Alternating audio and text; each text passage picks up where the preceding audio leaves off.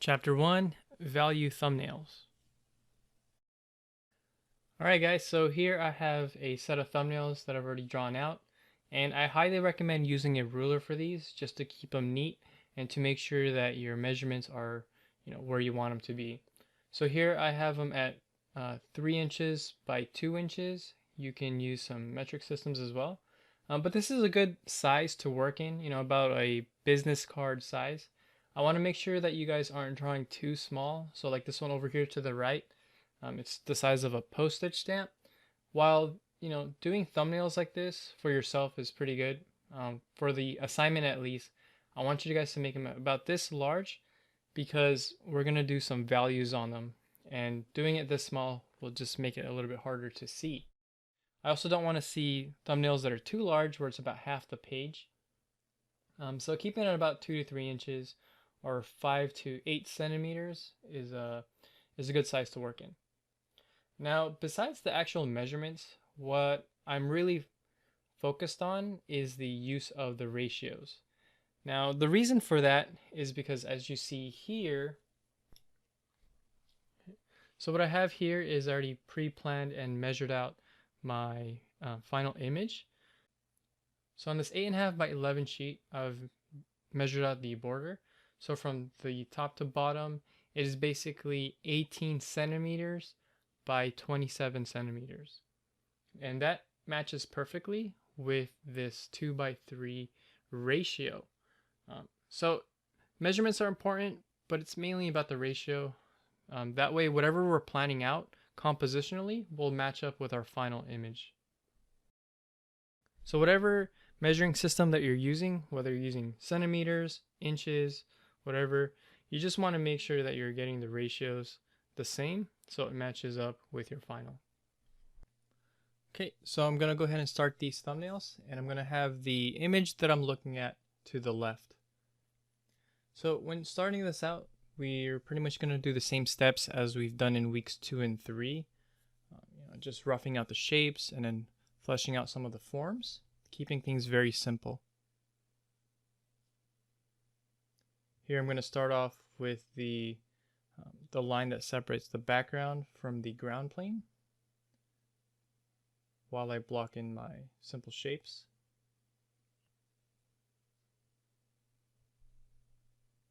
Now I'm going to start speeding up some sections of this video since a lot of these lessons are repeated from earlier weeks, because I mainly want to talk about getting to simplifying the values and how we can plan those out.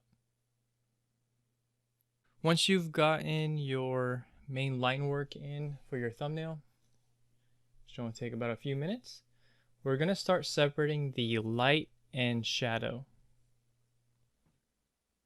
Alright, so here I'm just trying to find a suitable marker to use, and with a simple black and white image like this, we're just going to use 2 values to block in this thumbnail. So just doing a little swatch, we are going to use the white of the paper and a darker marker that we can use for the shadow. So here I've chosen a warm gray 8. That way it's not too dark, but dark enough that it's definitely going to read as a shadow. So we got our light of the paper to the shadow.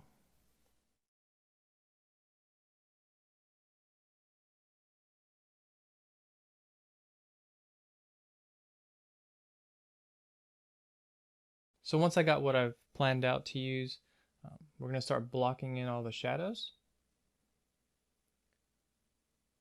Now I know in the previous week we've learned about all the different sections of the shadows and light, such as the reflected light, but we're going to ignore all that in this thumbnail, and what we're going to be doing is grouping our values. So you're going to hear this term a lot when you start taking a painting class or even any kind of design course that deals with some kind of rendering. So we are learning how to mask our shapes with the values and group what's important. So just basically finding the cast shadows, the form shadows, and the core shadows, and then just basically simplifying them down into this warm gray 8. Now this value doesn't reflect the actual um, final value that we're going to use for the rendering. Again, we're just trying to find the impression um, on how this will read as a whole image. So separating the darks and lights like this in a thumbnail is going to help us look at our overall design and make adjustments if we need to in the future. So this is just the first one, so it's a bit of a warm-up, and we're going to do the same thing with the second. Okay, so for this second image, I've chosen to reframe it and recrop it a little bit, just so I can get a composition that I feel is a little bit nicer. There's a lot of empty space around the still life, and I just want to get the shadows grouped up more within the center.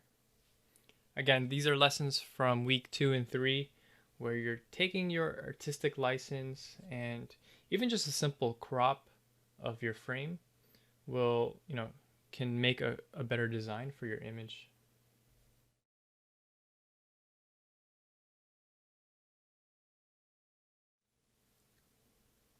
From here, I'm basically going to take the same values that I used for the first image and group my shadows the same way, basically.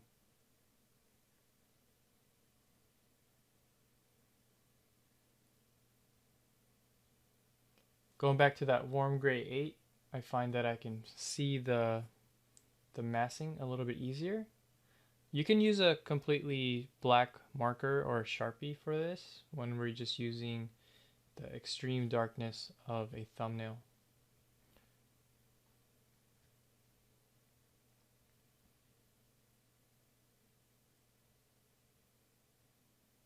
Definitely take your time just to make sure you're getting the correct spots and the correct shapes of the shadows.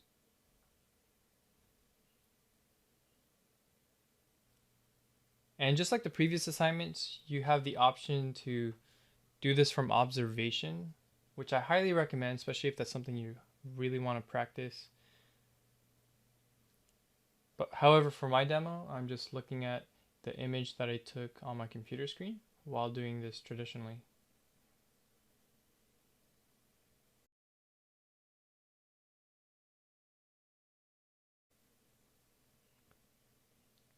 So there are little sections in here that I'm being a little bit more careful about, making sure there aren't too many tangents.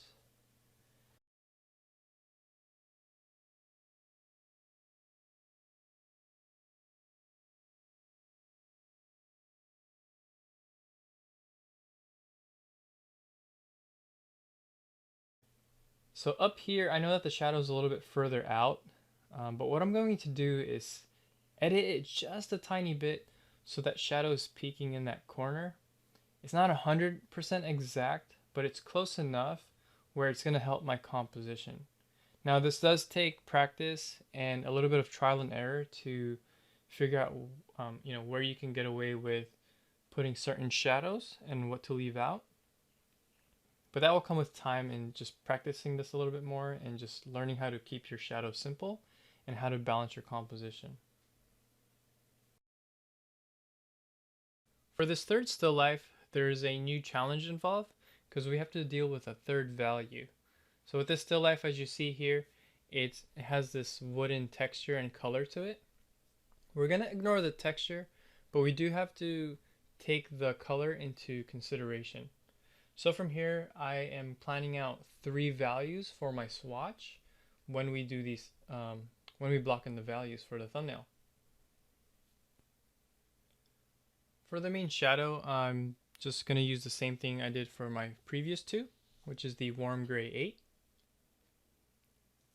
And for the halfway in between wooden value, I'm basically just going to use a warm gray 4 and the white of the paper for blocking in the lights.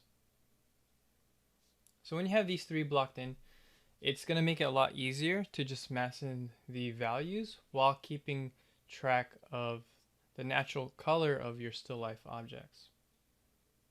So naturally I'm gonna start blocking this in and thinking about how I want this image to be composed.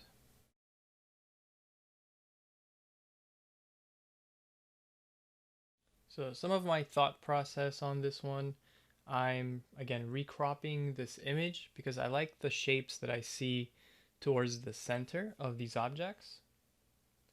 As you saw there, I made a little error where I had a tangent with the corner of that cube. So I just pushed it out a little more, closer to the actual proportion. And that way I don't run into that weird tangent, kind of flattens out my image. That and the fact that the cube was just way off in my drawing.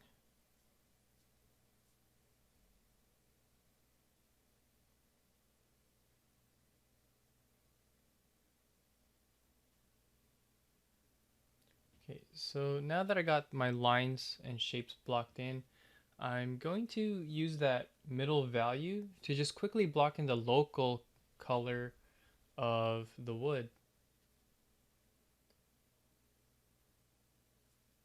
The marker I have are warm markers, and they have that sort of a brown or yellow tint to them. However, if you have the neutral gray, this will work just as fine. I'm not trying to color this, we're just trying to get the general value.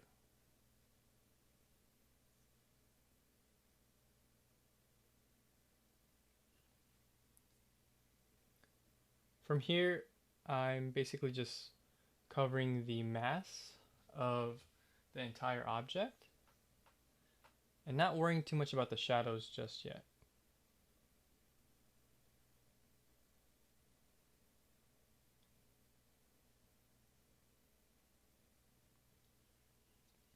From here, just like the previous two still lifes, I can now mass in all the shadows, both on the form of the object, both on the object themselves, and the cast shadows created on the ground plane.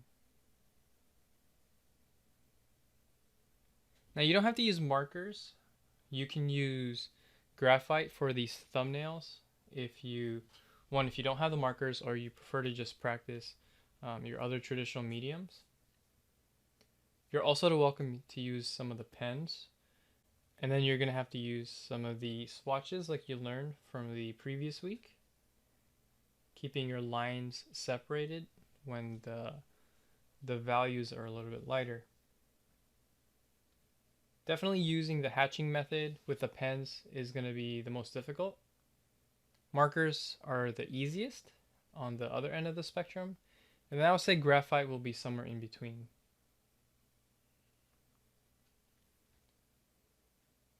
For those of you wanting to do this digitally, I'll show it during the Q&A for those that want to see a little bit more.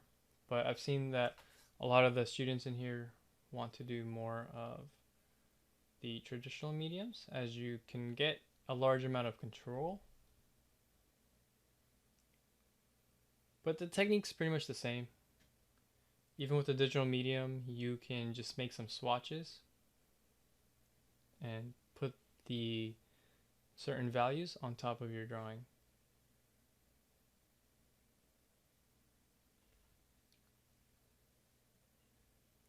If you ever have trouble separating the values or the shadows from the actual color of the objects themselves, one tip I have is to squint your eyes and to see if that impression is reading in terms of just keeping it simple and grouping your values.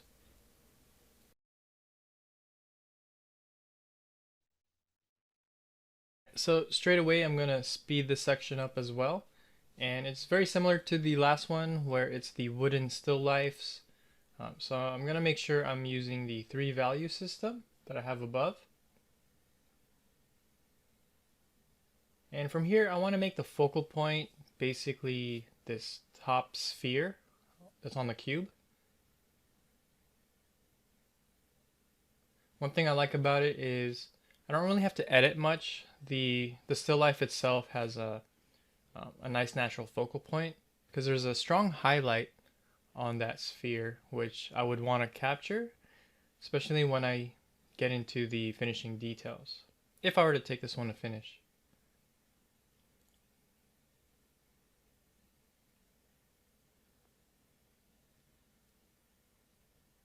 Now, for some of you that have been setting up your own still lifes, which is, really awesome, it's definitely a lot nicer that you can pretty much just move things around and compose based on where you're sitting. So that way you don't have to edit your drawing at all. You can just set up a nice composition with your still life, taking your time before you even start to draw. Of course, if you're doing a landscape, you can't move things around. You're not going to move around a tree, a building, etc. So that's where that's where you have to really edit your image to make a better design. Is you got to be willing to move a tree here and there. But of course, doing a landscape versus a still life is a lot more difficult because there's just so much more going on. Now there are different levels, skill levels in this class. So, go with what works best for you, where it's not going to be too hard, but you want to make sure you're still learning. So there is a fine balance of, the kind of subject you want to really capture. But definitely don't pick something that's too easy where, it's too much of a cakewalk and you're not really learning anything. However, even for my skill level, with these still lifes, there's always something to learn from them.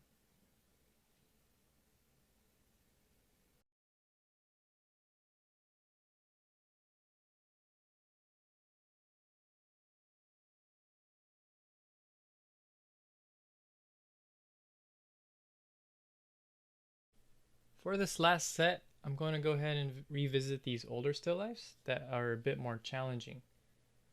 So they have more materials, but I'm still going to use the same 3-value system in order to tackle these. Now the reason for that is even though there are different values, multiple values and different because of the different materials such as the glass, the metal, and the fruit, we still need to be able to simplify these. Besides the different materials, there's also different colors in this still life, but we are trying to translate it in black and white. So this is definitely good practice, whether you're drawing this from life or even just a photograph. There's a lot of skills that you'll be learning by being able to make a judgment call on what value you're looking at. So here I've just made the swatch again, just to kind of remind myself what I need to group when I start arranging and massing my lights and darks. So for something like this, I recommend starting with a medium color, or value I should say. Now, the reason for that is just like the wooden still lifes, the wooden forms, all of these objects already have a certain value that's darker than the white background. So immediately knowing that the colors are darker than the white, we can just mask it in with this 40% gray.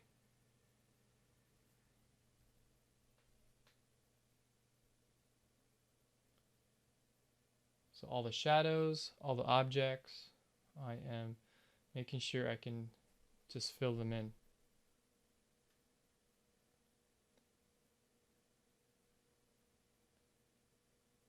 There is a small section here that I kind of left white with the paper, only because the glass is, see-through. So for now, I'm just going to leave it blank. From there, using the darker marker now I'm going to judge based on the relationships of the values in the still life to make a call whether this should be in the 40% gray or just mass it into the darker value.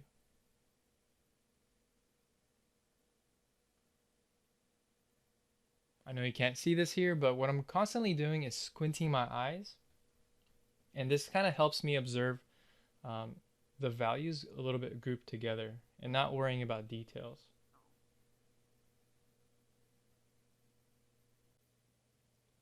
So to make it easier for myself, I've gone ahead and darkened the shadows first, knowing that it's going to be darker than the objects and obviously the paper.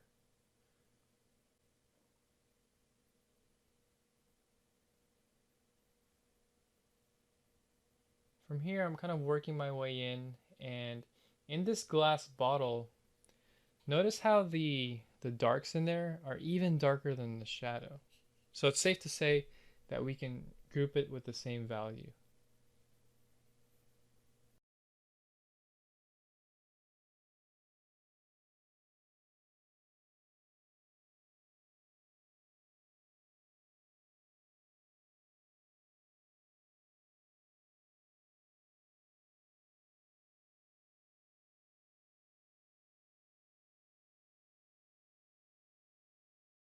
Looking at the metal vase, there's some darks in there as well. So I'm squinting my eyes so I don't get distracted by the details.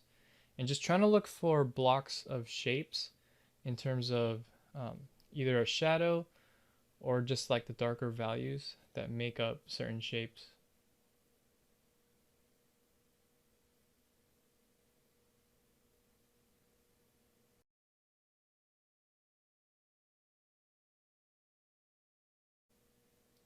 So I'm leaving room for that highlight, which I've drawn a circle with. So one thing I could have done differently is left it white with the paper for that highlight, but I did mask it in really quickly with that 40% gray. So I will be going a little bit more careful in this glass little bottle. It has the most amount of variety and light values in there. But other than that, that's pretty much finished in terms of just grouping the areas here. You could always go back in. So I noticed I missed this little triangular pitch shadow in there, and it does help separate that fruit from that vase. Since this is a more complex still life, and if you're doing something like this, make sure you just double check your values and to be sure that you're not using more than 3. For this final thumbnail that I'll be demoing, I've picked something that has a bit of a challenge in here, mainly because of that white bottle that blends in with the background and the ground plane, since they're all pretty much white with some values in between. So starting off, I'm making sure that that's also my focal point because I'm liking the kind of highlights that are on that bottle. So I don't really have to do too much recropping here. Again, I feel like the photo, has a pretty natural, focal point.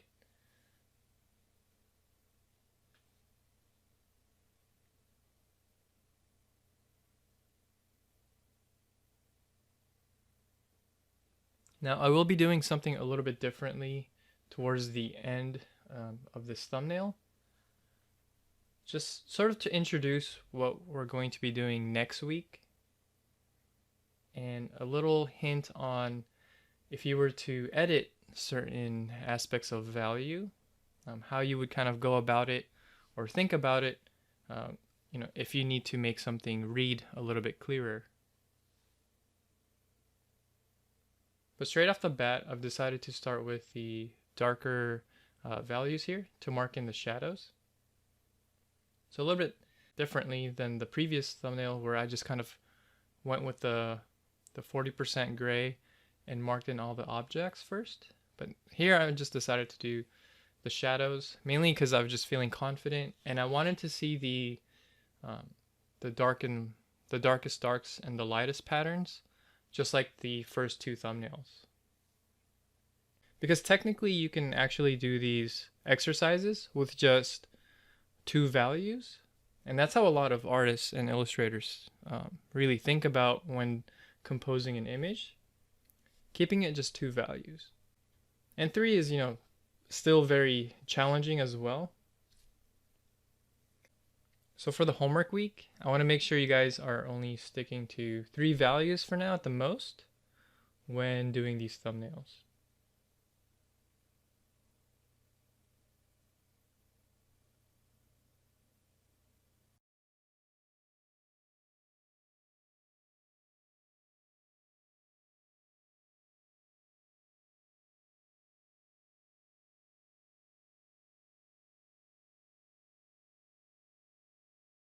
So for that green cylinder, I decided to just block it in dark because it's definitely darker than the wooden blocks. So I've grouped it in with the darker value. Same thing with that sort of a dark brown bottle. Just kind of grouping it all together. Not worried about like all the white text that's on there. We're trying to get the general values of the mass and shape of the object.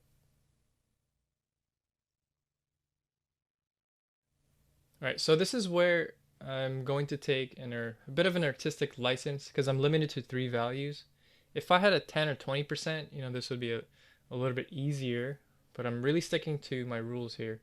So the white bottle is almost blending in with the background, but if I were to do this in the final, I want to make sure they have enough contrast in there in order to be clear, especially because it's my focal point.